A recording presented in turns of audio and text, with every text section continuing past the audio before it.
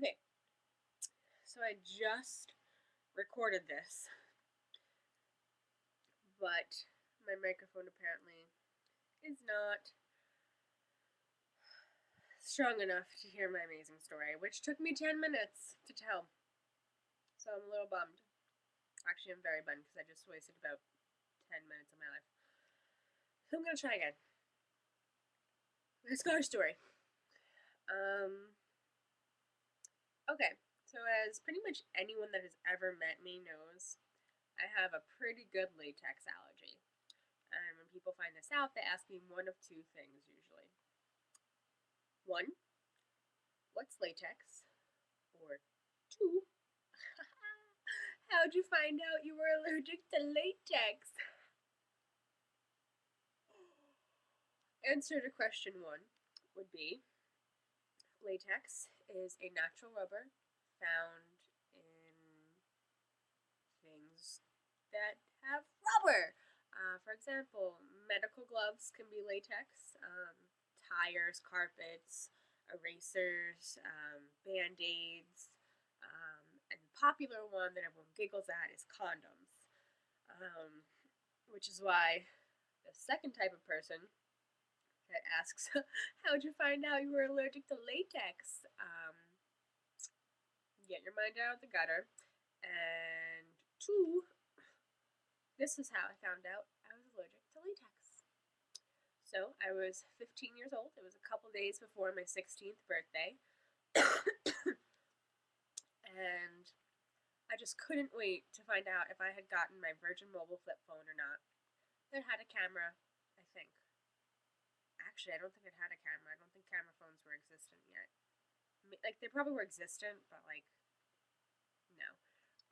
So that just dates me a little bit. So while my mom was at work, I started snooping around the house to try and find my flip phone. So I checked in the regular spots, and then finally I couldn't find it, so I checked under my parents' bed.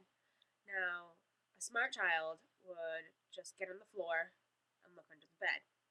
A Jillian child lays on the bed. I'll demonstrate in a moment. Lays on the bed, looks under, and then does a flip off. Like so. Ugh, do I really have to move? No, I don't. Here. This is the bed. Oh, oh. And this is under the bed. This is me on the bed. I'm looking over, I'm looking over. Oh, here's my head. Oh, and then I just do a flip off. Kind of like, whatever. Figure it out yourselves, okay? However, sadly this day, I did not look before I leaped or rolled. And, I landed directly on Chauncey. Chauncey, the cast iron steel dog doorstop with the erect tail. That Chauncey.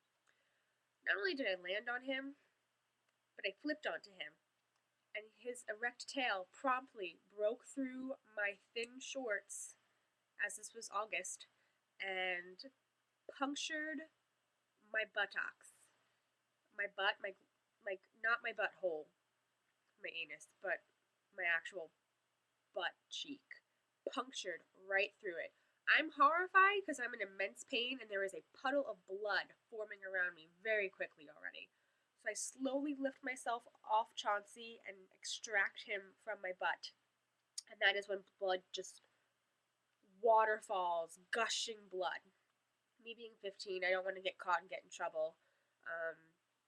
So I immediately grab like Clorox wipes and like tissues and toilet paper and just start like cleaning up the mess off my parents' bedroom floor. Thank God they had a wood floor. So when I somehow get that cleaned up, my shorts are dripping with blood, and there's blood running down my legs and everywhere.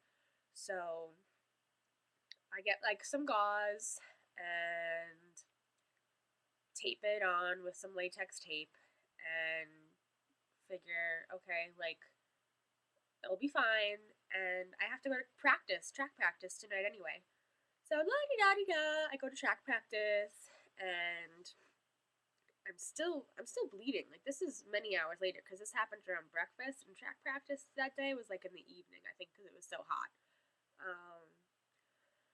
So I'm like, okay, I'm not going to run, but I'll watch practice because that's what you did. If you didn't run, you watched. And like one of my friends comes up to me and was like, Jill, like, why aren't you running? I was like, I hurt myself today. And they're like, what'd you do this time? So I pulled my shorts up, pulled the gauze back, and showed her. And she proceeded to vomit and scream. So my coach sees this and he's like, I don't even want to know what you just showed her, but I'm going to assume you're not running. I don't want to know. Don't come near me. It can't be good. So I was like, okay. So I sat and I changed the gauze a couple times because it kept bleeding through. And that was that. So, later that night I thought about telling my mom and I almost did, but I was like, nah, I don't. Nah, she's gonna ask me like what I was doing, and like I was doing something I shouldn't have been doing, and I don't feel like getting in trouble. So the next day I wake up and there's blood everywhere, like in my bed. I'm still bleeding. And I'm thinking, tomorrow's my sweet 16. Maybe I should take care of this. So later that night, my mom's on the phone and she's talking to someone in her Staten Island accent. And I'm like, Mom, I need to tell you something. And she's like, shh, I'm on the phone. And I'm like, Mom, this is really important. I have to tell you something right now. And she's like, stop, I'm on the phone. So I can't get her attention. So finally, I just lift up my shorts, peel back the gauze, and show her. And finally, she turns her head, sees it, and goes, "Oh my god! Oh my god! Oh my god! I'm gonna have to call you back. Oh my god! Goodbye!" And just hangs up. And she's like, "Jillian, how did this happen?" And I was like, "I fell yesterday morning." So she took me to the emergency room, and I needed stitches, but it was too late to give me stitches because after 24 hours they can't do anything because of the infection rate and everything. So they told me like just go to CVS, get some like butterfly closures, which is basically like pulling the wound closer together so it will like heal better. Because I had a hole like the size of like $1 coin in my butt, and it was deep. So we got the butterfly closures, butterflied my butt closed, and the next day was my sweet 16. I was going to Jordy Park, which is this awesome amusement park and water park um, with like a bunch of my really good friends and like the guy I liked at the time. So there's no way I was canceling this. Like I was going to Dorney Park and I was going to enjoy myself. So that's Dorney Park.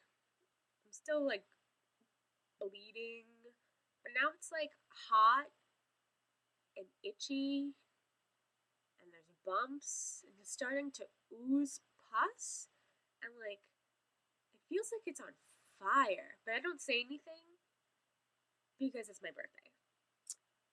So I go on the water rides, like the wave pool, the water slides, the lazy river, chlorine, hot sun, butterfly latex closures, puncture wound. Terrible idea.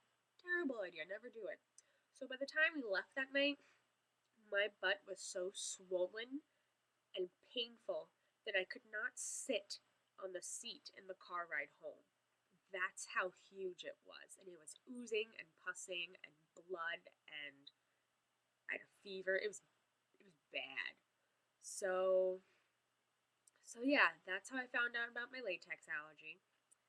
For the next 2 years after that, not only was my scar unsightly, but it itched like hell.